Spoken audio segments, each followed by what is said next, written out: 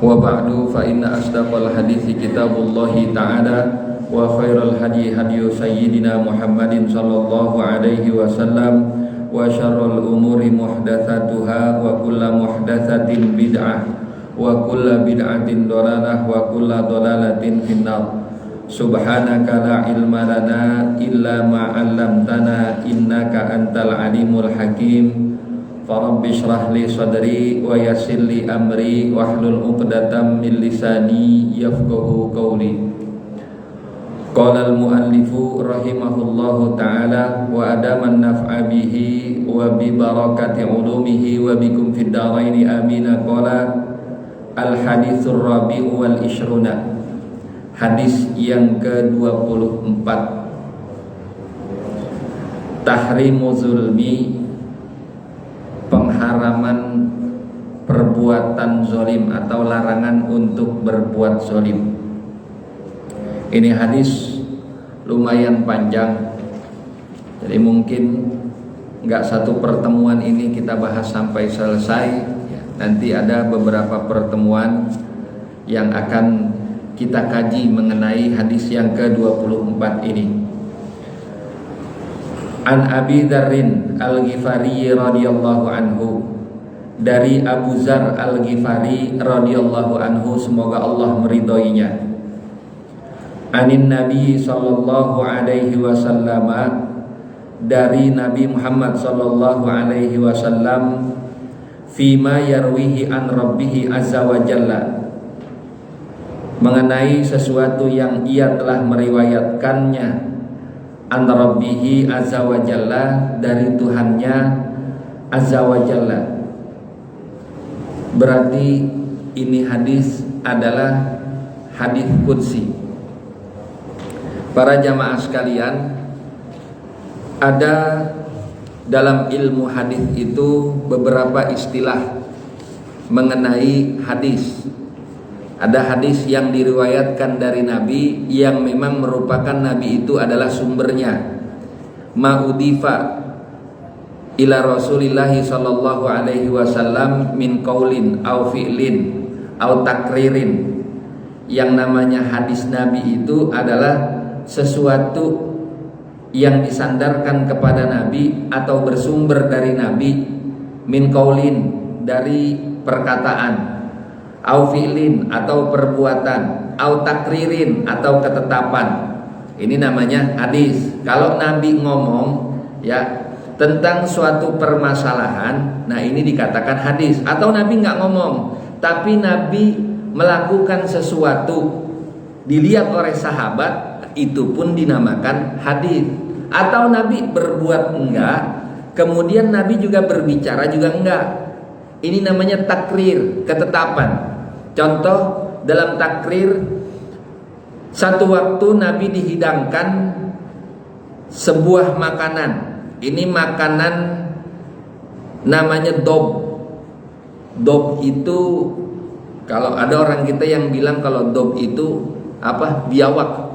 Ya, lain. Kalau biawak itu hidupnya dua alam dan bercakar. Dob itu kadal gurun. Nah, sahabat menyajikan Nabi kadal gurun ini, dob ini. Nah, Nabi enggak bilang boleh, Nabi pun enggak bilang haram. Nabi cuma enggak makan. Ini namanya takrir. Sedangkan sahabat memakan dob tersebut di hadapan Nabi. Kalaulah dob itu haram, maka Nabi akan bilang ini haram. Kalaulah dob itu emang Nabi suka, maka Nabi akan makan. Tapi Nabi nggak makan. Bukan berarti Nabi nggak makan, Nabi melarangnya. Kalau dilarang pasti Nabi udah ngelarang sahabat yang makan. Nah, ini namanya takrir. Ini adalah hadis. Nah, ada hadis Nabi, ada pula hadis qudsi. Hadis qudsi itu apa? Kalau kita baca di halaman kedua, Said Muhammad bin Alwi Al-Maliki dalam karyanya Al-Qawaidul Asasiyah fi Ilmil Mustalahil Hadis, ya, beliau mendefinisikan bahwasanya hadis qudsi itu ma'adhafahu Rasulullah sallallahu alaihi wasallam wa asnadahu ila rabbih azza wa jalla min ghairil Qur'an. Yang namanya hadis qudsi itu adalah sesuatu yang disandarkan oleh Rasulullah sallallahu alaihi wasallam kepada Allah Subhanahu wa ta'ala selain Al-Quran. Singkatnya begini gampangnya, kalau tadi hadis itu, hadis Nabi, yaitu berasal dari perkataan atau perbuatan atau ketetapannya Nabi, asalnya dari Nabi. Nah kalau hadis qudsi itu asalnya dari Allah, Nabi sebagai penyampai atau periwayat.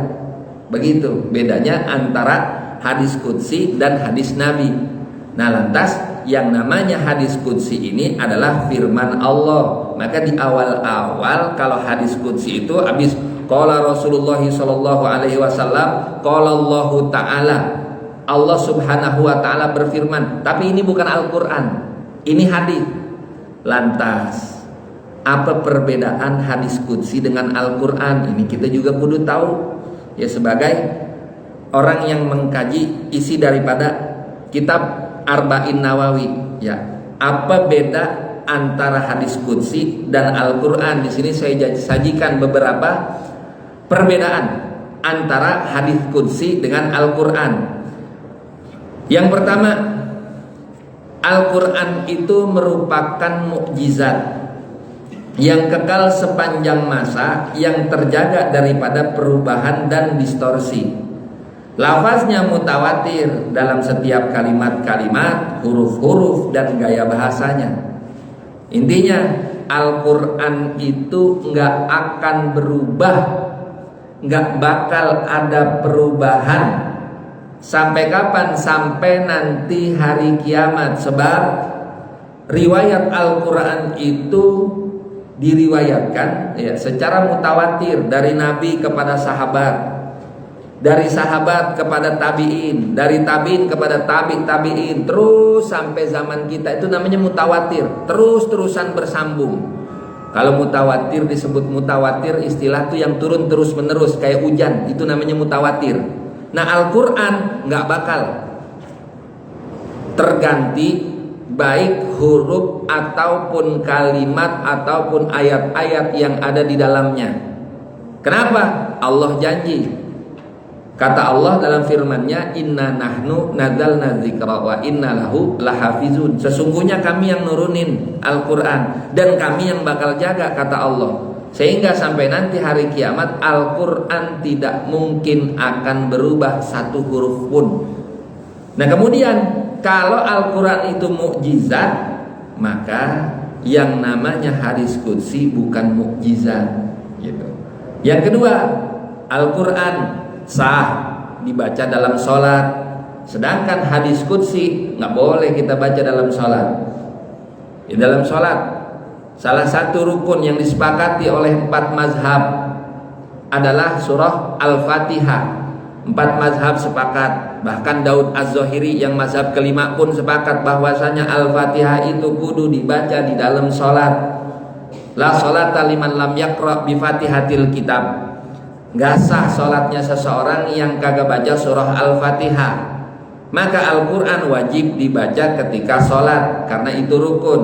Sedangkan hadis qudsi ketika kita baca dalam sholat, sholat kita kagak sah kalau kita gak baca Al-Quran. Ini perbedaan yang kedua. Kemudian perbedaan yang ketiga antara Al-Quran dengan hadis qudsi.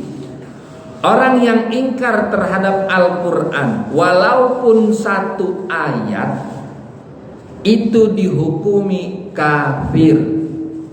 Oke lah, enggak 30 juznya, enggak semua juz dalam Al-Quran diingkari oleh orang tersebut. Kata dia, oh enggak ada tuh ayat pertama dalam surah Al-Ikhlas, Qul huwallahu ahad, bukan termasuk ayat. Dia ingkar terhadap ayat yang telah disepakati, yang telah ulama ijma dalam ayat-ayat tersebut, maka orang tersebut dihukumi kafir. Beda dengan hadis qudsi.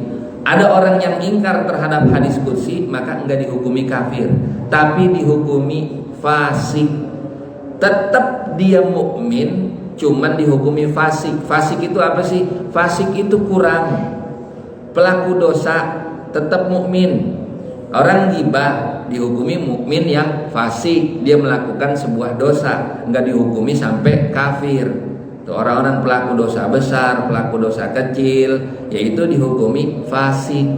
Dia enggak keluar dari Islam. tapi dihukumi hanya berdosa saja. Pun begitu pula orang yang ingkar terhadap hadis qudsi. Kemudian yang keempat, lafaz dan makna yang terkandung dalam Al-Quran berasal dari Allah. Lafaz dan makna, ya, lafaz dan makna yang ada di dalam Al-Quran itu berasal dari Allah, nggak dirubah sedikit pun. Lafaz, suara, huruf, ya, apa yang ada di dalam Al-Quran itu berasal dari Allah. Tapi jangan dikatakan Allah punya suara, Allah berbicara keluar huruf seperti kita, enggak begitu. Ya, itu ada dalam kajian ilmu tauhid nanti. Ya, pokoknya kita yakin bahwasanya Allah itu tidak ada yang menyerupainya sesuatu pun. Nggak boleh kita sajikan gambaran di benak kita bahwasanya Allah itu maha berbicara ya seperti kita berbicara, ada bahasa, keluar huruf, keluar suara. Enggak seperti itu. Kalau kita gambarkan atau kita yakini bahwasanya Allah itu maha berbicara seperti kita layaknya berbicara, maka dihukumi kafir kita. Karena apa? Menyamakan Allah terhadap makhluk, dan itu mustahil bagi Allah. Nah, sedangkan pokoknya lafaz yang terdapat dalam Al-Quran, kemudian makna yang terkandung di dalam Al-Quran itu asalnya semata-mata dari Allah, tidak dirubah-rubah. Nah, sedangkan hadis qudsi hanya maknanya saja yang berasal dari Allah, sedang lafaznya dari Nabi. Jadi begini, masalah makna dan lafaz. Kang Husein, saya bilangin tolong ini difotokopi sebanyak 20 lembar. Maknanya Kang Husein paham. Ketika dia berangkat ke tukang fotokopi, kan Kang Husein enggak berbicara dengan lafaz yang saya berikan ke dia. Palingnya ngomong, "Mas, tolong fotokopi 20." Begitu doang. Maknanya sama, tapi lafaznya berbeda. Inilah yang terjadi dalam hadis qudsi. Allah firmankan kepada Nabi dengan satu makna, kemudian Nabi melafazkannya dengan bahasa sendiri. Begitu. Kemudian yang kelima, Al-Quran tidak boleh diriwayatkan dengan maknanya saja, sedangkan hadis qudsi boleh. Al-Quran nggak boleh diriwayatkan dengan maknanya saja. Katakanlah bahwasanya Allah itu esa, itu kan makna, ya. Tapi Al-Quran harus diriwayatkan lafaz dan makna. Maka orang belajar Al-Quran tuh kudu mutawatir.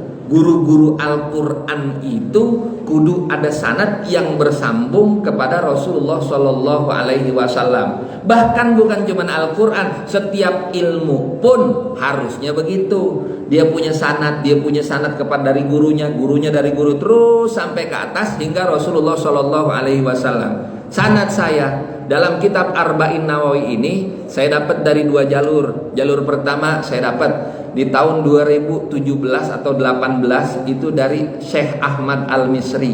Beliau mengijazahkan kepada saya. Kemudian sanad yang kedua saya dapat juga dari guru saya Kiai Haji Irfan Zidni. Beliau punya 4 sanad jalurnya, terus nyambung ke Rasulullah Shallallahu Alaihi Wasallam. Begitu dalam setiap ilmu yang kudunya kita memiliki sanad hingga bersambung kepada Rasulullah Shallallahu Alaihi Wasallam. Sedangkan hadis qudsi boleh. Kalau hadis qudsi, ya, kalau cuman diriwayatkan maknanya aja boleh. Kayak gini nih, saya semisalkan menyampaikan makna daripada hadis qudsi doang. Ada satu hadis qudsi yang Allah katakan, berinfaklah kalian, niscaya aku akan menginfakkan kalian lebih banyak. Ini kan namanya makna, ya, enggak sesuai dengan lafaz. Anfik dan seterusnya itu lafaz. Nah, saya ngeriwayatinnya maknanya doang. Berinfaklah Pak, banyak-banyak Bu, banyak-banyak berinfak. Nanti kalau kita banyak-banyak berinfak, Allah akan menginfakkan kepada kita lebih banyak lagi. Ini yang disebut oleh Allah dalam hadis qudsi. Nah, ini kan maknanya doang. Boleh diriwayatkan cuma dengan maknanya aja, nggak sesuai dengan lafaz. Kemudian yang keenam, menurut mazhab Syafi'i, Al-Quran tidak boleh disentuh oleh orang yang hadas.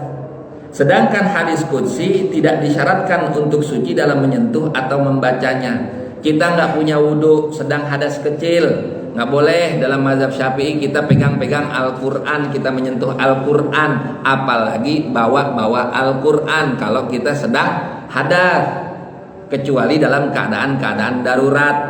Ini ada selebaran Al-Quran kesobek jatuh di bawah, kalau enggak kita pungut, ngerinya ntar diinjek-injek sama orang yang enggak tahu.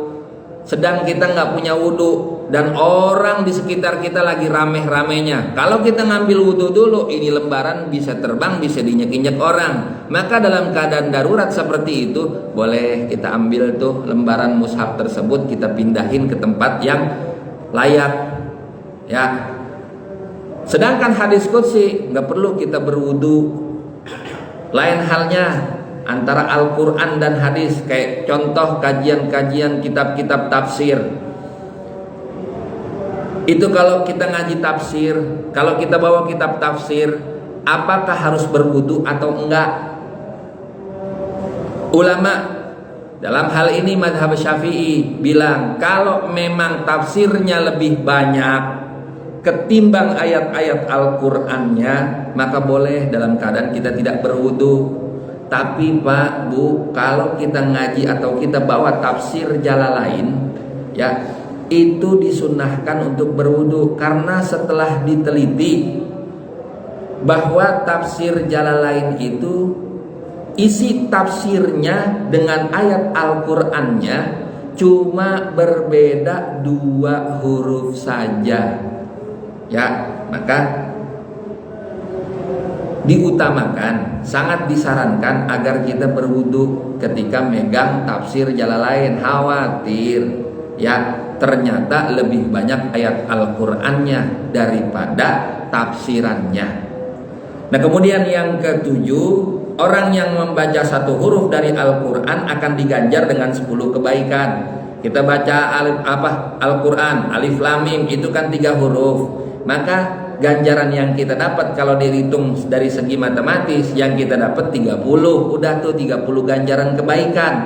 Ya, wala taqulu alif lam mim harfun bal alifun harfun walamun harfun wa mimun harfun, kata Nabi gitu. Jangan engkau katakan alif lam mim itu cuma 1 huruf, tapi alif dihitung 1, lam dihitung 1, mim dihitung 1. Kalau kita baca dikalikan 10, maka 30 yang kita dapat ganjaran sekurang-kurangnya.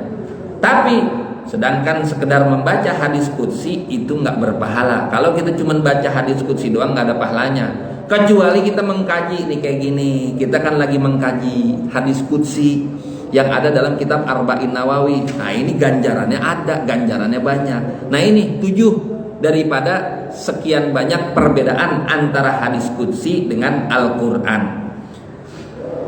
Nah, kemudian kata Allah dalam hadis tersebut, annahu qala, bahwasanya Allah Subhanahu wa taala berfirman, ya ibadi, wahai hamba-hambaku, inni haramtu zulma, sesungguhnya aku telah mengharamkan kezaliman ala nafsi, terhadap diriku, wa ja'altuhu bainakum muharraman, dan aku jadikan kezaliman itu haram di antara kalian, fala tazalamu, maka janganlah kalian saling menzolimi.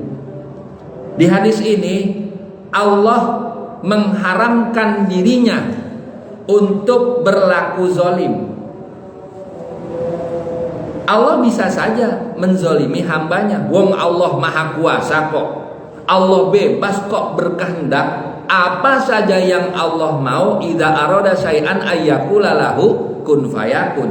Allah bisa ngapain aja Allah mau, berbuat apa aja semau-maunya Allah. Tapi Allah mengharamkan dirinya untuk berbuat zolim kepada para hambanya.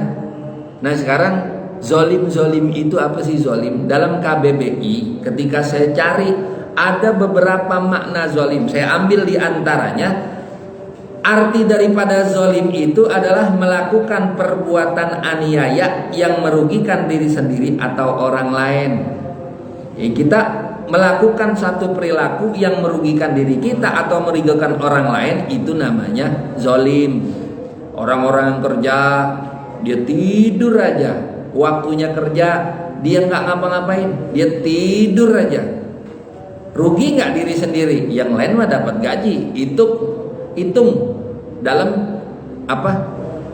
Masuk absen harian. Nanti gajinya ada gaji tersendiri. Tapi ini orang tidur aja, berarti zalim. Bukan menempatkan sesuatu pada waktunya. Nah, ini menurut KBBI.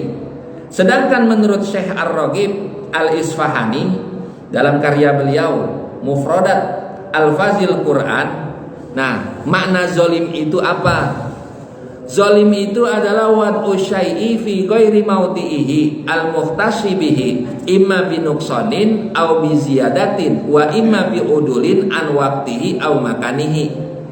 Yang namanya zalim dari sisi syariat, zalim itu adalah meletakkan sesuatu bukan pada posisi yang tepat baginya, baik karena kurang maupun karena adanya tambahan, baik karena tidak sesuai dari segi waktunya ataupun dari segi tempatnya. Ini orang pandai di bidang matematika, ya. Dia ngelamar kerja, itu HRD udah baca segala macam basic. Ini orang basicnya matematik, cuman ditempatkan di bagian bahasa. Sesuai apa enggak? Nggak sesuai, maka ini termasuk perbuatan yang zalim. Ngaji sampai isya, isya lewat belum selesai, zalim kagak? Zalim kagak? Nggak ada yang berani jawab. Ya, mudah-mudahan nggak zalim. Cuman kalau ada pembahasan yang memang melebihi daripada waktunya, ya mudah-mudahan tidak dihitung perbuatan zalim gitu. Nah, kemudian dalam hadis ini Allah mengharamkan dirinya untuk berbuat zalim, sehingga tidak mungkin dan mustahil bahwa Allah berbuat tidak adil kepada para hambanya. Ini kan terkadang kita punya perasaan, ada orang punya perasaan ketika dia tertimpa musibah, rapi keluar dari musibah yang satu, mampir lagi musibah yang lain, rapi musibah tersebut, ada terus musibah yang datang secara bertubi-tubi. Nah, kemudian ini orang bilang gini, kayaknya Allah gak adil banget sama saya. Padahal saya sholat, saya tadarus Al-Quran, saya datang ke majelis-majelis ilmu, saya berbuat baik, kok cobaan terus datang bertubi-tubi kepada saya. Sedangkan si fulan kerjanya nggak ngapa-ngapain, sholatnya juga yang wajib-wajib doang, datang ke majelis ilmu enggak, perbuatan baiknya kayaknya lebih banyak saya, kok dia hidupnya tenang-tenang aja, nggak pernah diuji oleh Allah, kayaknya Allah nggak adil. Nah, terkadang tuh kita ada pikiran-pikiran terbersit ya di hati kita seperti itu. Nggak boleh. Allah itu mengharamkan kezaliman untuk dirinya sendiri. Nggak mungkin ataupun mustahil Allah berbuat tidak adil. Nah, seluruh ketetapan yang telah dan akan Allah berikan kepada para hambanya sesuai dengan porsi masing-masing. Tidak sedikit pun Allah mengurangi dan menambahkan dari kadar yang kita butuhkan. Ini kadang mindset kita begini nih Pak, mohon maaf dah Pak Bu, kadang kita bekerja, kita punya mindset, kita bekerja untuk mengumpulkan harta sebanyak-banyaknya. Kan begitu? Ya pastilah tiap orang yang kerja pasti pengen punya penghasilan yang lebih dan lebih. Sementara Allah itu udah menakar porsi kebutuhan kita masing-masing, sehingga nggak jarang terjadi nih, satu sisi kebutuhan mendesak, bini minta ini, anak minta itu, sedangkan penghasilan kita segitu-segitu aja dan tidak dapat mencukupi kebutuhan-kebutuhan ataupun kemauan bukan kebutuhan, kemauan mereka, maka nggak jarang orang bertindak korupsi. Kenapa? Karena dia nggak paham bahwasanya Allah akan selalu memberikan apa yang kita butuh, bukan apa yang kita mau. Itu yang harus kita taruh di mindset kita. Kalau emang kita mau sesuatu, contoh, saya pengen banget punya mobil. Sampai saat ini, dari 4 tahun yang lalu saya berdoa pengen punya mobil, tapi Allah belum kasih. Berarti harus kita rubah mindset kita. Berarti kita belum butuh mobil tersebut. Itu baru cuman kemauan kita doang. Yang paling baik dan yang paling mengetahui apa yang terbaik buat kita kan Allah.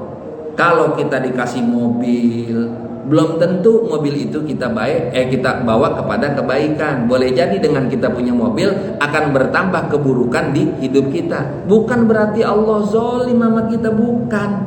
Cuman memang belum saatnya kita diberikan mobil. Anak bapak umur 6 tahun, ulang tahun, dia minta beliin mobil R3 dah, jangan jauh-jauh. Aku mau R3 apa? Kira-kira bapak beliin nggak? Anak umur 6 tahun, bapak punya duit banyak, minta mobil R3, bapak beliin nggak kira-kira? Kenapa nggak dibeliin? Karena dia belum butuh. Itu baru cuman kemauan dia doang. Sama pun begitu kita juga terhadap segala sesuatu yang kita minta. Daripada kemauan-kemauan kita ajukan, kita panjatkan kepada Allah, sampai saat ini belum Allah kabulkan. Positive thinking bahwasanya kita belum butuh itu baru cuman kemauan kita aja, bukan berarti Allah tidak adil. Kata Allah dalam Al-Quran, dalam surah An-Nisa, innallaha la yadlimu mithqala dzarrah. Allah nggak mungkin berbuat zolim walaupun sebesar biji zarah. Biji zarah itu ibarat biji atom, biji sawi lah, biji sawi. Nggak mungkin sekecil itu Allah berbuat zalim. Udah semua pada punya porsinya masing-masing. Allah udah tentukan porsi kita, jadi nggak usah berbuat zalim. Kita makan harta saudara kita nggak menjalankan amanah dititipkan kepada kita dari saudara kita, akhirnya kita ambil. Jangan. Itu namanya perbuatan zalim. Nah, Allah juga mengharamkan hambanya berlaku zolim dan saling menzolimi, apapun bentuknya dan kepada siapapun kezoliman itu ditujukan. Secara umum, para ulama membagi kezoliman menjadi 2. Kezoliman kepada diri sendiri dan kezoliman kepada sesama manusia atau sesama makhluk. Nah, baik kepada diri sendiri maupun kepada sesama makhluk, setiap perbuatan dosa pada hakikatnya adalah perbuatan zolim. Tuh, segala perbuatan dosa yang kita lakukan baik kepada diri kita sendiri ataupun kepada orang lain, ini namanya perbuatan zolim menurut ulama. Nah, dalam satu hadis yang diriwayatkan oleh Imam Abu Daud dari sahabat Anas bin Malik, bahwa Rasulullah Shallallahu Alaihi Wasallam bersabda, nih kata Rasul, kita kudu camkan baik-baik, kita kudu tahu, kita harus paham ada berapa kezoliman itu dan jenis-jenis kezoliman. Di antara yang sekian banyak itu, adakah yang memang sering kita lakukan, sering kita kerjakan? Kata Rasul, az-zulmu talathatun. Kezoliman itu ada 3 jenisnya, ada 3 bentuk nih Pak Bu kezoliman itu. Fazulmun la yaghfiruhu Allah. Yang pertama, kezoliman yang tidak akan diampuni oleh Allah Subhanahu wa ta'ala. Ingat nih, kita tahu Allah Maha Pengampun, tapi kalau kita mengerjakan kezoliman ini, Allah nggak mau ampunin. Itu yang pertama. Kemudian, wazulmun yaghfiruhu. Jenis kezoliman yang kedua adalah kezoliman atau perbuatan zolim yang bakal diampuni oleh Allah. Kemudian yang ketiga, wazulmun la yatrukuhu. Kezoliman yang tidak mungkin dibiarkan oleh Allah. Ada 3. 1, yang paling gede, yang gak bakal diampunin oleh Allah. Kemudian yang kedua, kezoliman yang bakal diampunin oleh Allah. Dan yang ketiga, ada juga kezoliman yang kagak bakal dibiarkan oleh Allah, baik dia di dunia sampai nanti dia di akhirat. Allah bakal nuntut kezoliman tersebut. Fa amma zulmul ladzi la yaghfiruhullahu fasyirku. Maka adapun kezaliman yang tidak akan diampuni oleh Allah adalah syirik. Apa itu syirik? Syirik itu menyekutukan Allah terhadap sesuatu. Nih kalau kita bahas di kitab-kitab lain tuh, kayak macam Irsyadul Ibad, kemudian Sulamut Taufik, itu macam-macam kesyirikan, itu amat sangat banyak. La tuhsa kata Syekh Nawawi, nggak kehitung tuh. Itu dari zamannya Syekh Nawawi hidup sampai sekarang mungkin lebih banyak lagi. Terkadang begini Pak, ada bentuk kesyirikan yang kita sengaja ataupun nggak sengaja kita lakukan.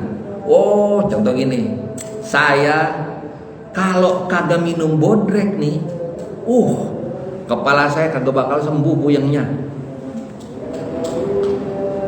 Termasuk perkataan syirik apa bukan?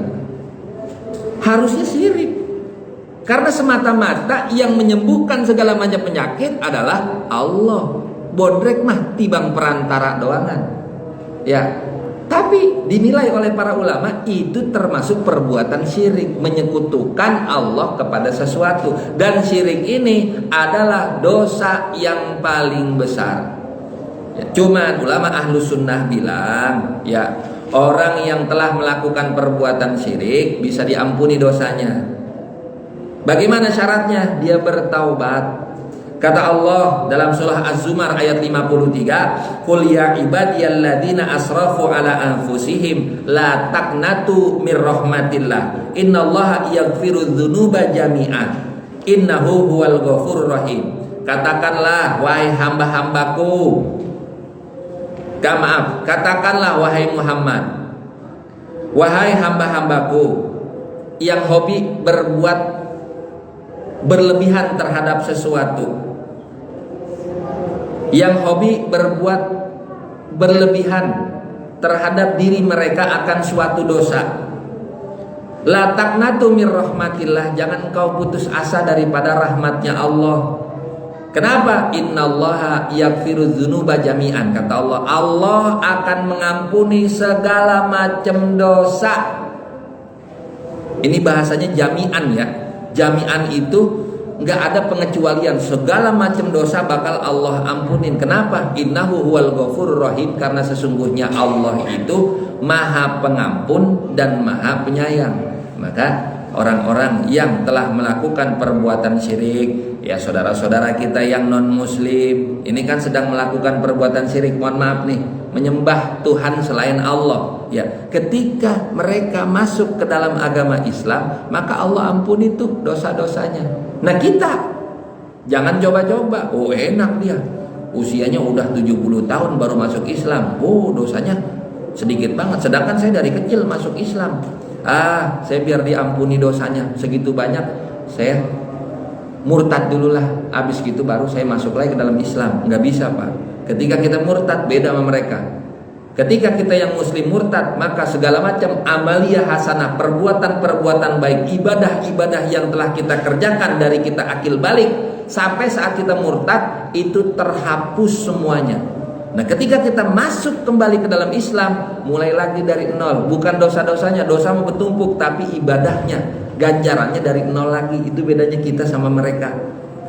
Nah kemudian yang kedua adalah pun kezoliman yang Allah ampuni adalah kezoliman seorang hamba pada dirinya sendiri. Nah kita nih sering berbuat zolim terhadap diri kita. Contohnya kita udah ngelakuin dosa-dosa besar atau dosa-dosa kecil, baik sengaja ataupun tidak disengaja. Ini namanya kezoliman terhadap diri sendiri. Makan uang riba, nyolong apa segala macam, itu dosa yang berkaitan dengan diri kita sendiri. Makan sesuatu yang syubhat, mengakai sesuatu yang haram. Nah ini kan dosa terhadap diri sendiri, itu namanya juga perbuatan zalim. Apa diampuni? Allah ampuni asal kita mau bertobat dengan taubatan nasuha. Dan yang ketiga, adapun kezaliman yang tidak mungkin dibiarkan oleh Allah, maksudnya nggak mungkin dibiarkan, mau kita hidup di dunia kayak sampai ntar di akhirat, tetap nih bakal Allah tagih, Allah mintakan pertanggungjawabannya kepada kita semua, yaitu kezaliman hamba pada orang lain sampai kezaliman tersebut terbayar. Kita udah pernah berbuat zalim kepada saudara-saudara kita harus kita minta halal. Ya, makanya kemarin Lebaran tuh ada istilahnya di kita kan, ya orang-orang Indonesia khususnya ada yang namanya halal bihalal. Ya, halal bihalal nggak ada dalam bahasa Arab, nggak ada. Itu kontur kalimat yang kagak benar.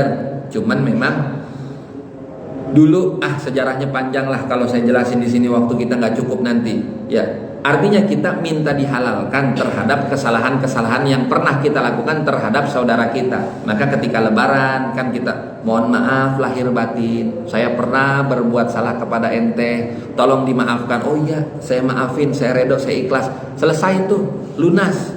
Tapi kalau perbuatan zolim kita yang kita kerjakan kepada saudara kita belum kita mintakan halalnya, ngomongin orang, ya gangguin bini orang, belum kita minta kehalalannya, maka sampai nanti di akhirat Allah akan tagih. Ini orang bakal nuntut kepada kita. Ada, kalau Bapak nanti cari, ada namanya hadis muflis. Atadruna mal muflis, kata Rasul. Apa kalian tahu orang-orang yang bakal bangkrut? Kata Rasul, orang yang bakal bangkrut itu kelak di akhirat, ketika dia membawa amal ibadah yang banyak dari dunia untuk ditimbang di akhirat, maka ketika di akhirat ada orang yang nuntut, ya Allah, saya punya masalah sama si Fulan belum minta maaf sama saya, kehormatan saya dinodai, saya sudah diomongin satu kampung saya jelek, nama saya udah gak bagus, saya gak berani keluar rumah, akhirnya saya kecewa sama si Fulan dan si Fulan belum minta maaf. Hari ini saya minta keadilan-Mu ya Allah. Ditanya nih si Fulan, bener ya Allah, dulu saya pernah ngomongin dia, lantas belum minta maaf? Belum ya Allah. Kalau begitu, amal-amal kebaikan kamu jadikan amal tersebut untuk dia. Amal kita nih, kebaikan kita diambil. Terus kalau kebaikan kita udah habis, sementara orang-orang lain yang kita zolimi masih banyak dan nuntut di akhirat, kita bakal laporan, ya Allah, amalia hasanah saya udah habis, saya udah gak punya apa-apa lagi. Kata Allah, ambil dosa-dosa dari orang yang engkau zolimi, timpakan ke dirimu. Terus sampai akhirnya dosa kita bertumpuk. Akhirnya faturiha finnar, Allah lemparkan kita ke dalam neraka. Padahal di dunia ibadahnya rajin, ngajinya rajin, tapi masih ada hakul adami yang belum diselesaikan selama di dunia, maka ditagih di akhirat dan kita menjadi orang yang bangkrut. Nauzubillah summa nauzubillah min zalik. Nah, ini kesempatan pada malam hari ini yang dapat saya sampaikan. Insya Allah di pertemuan berikutnya akan kita lanjutkan terkait dengan hadis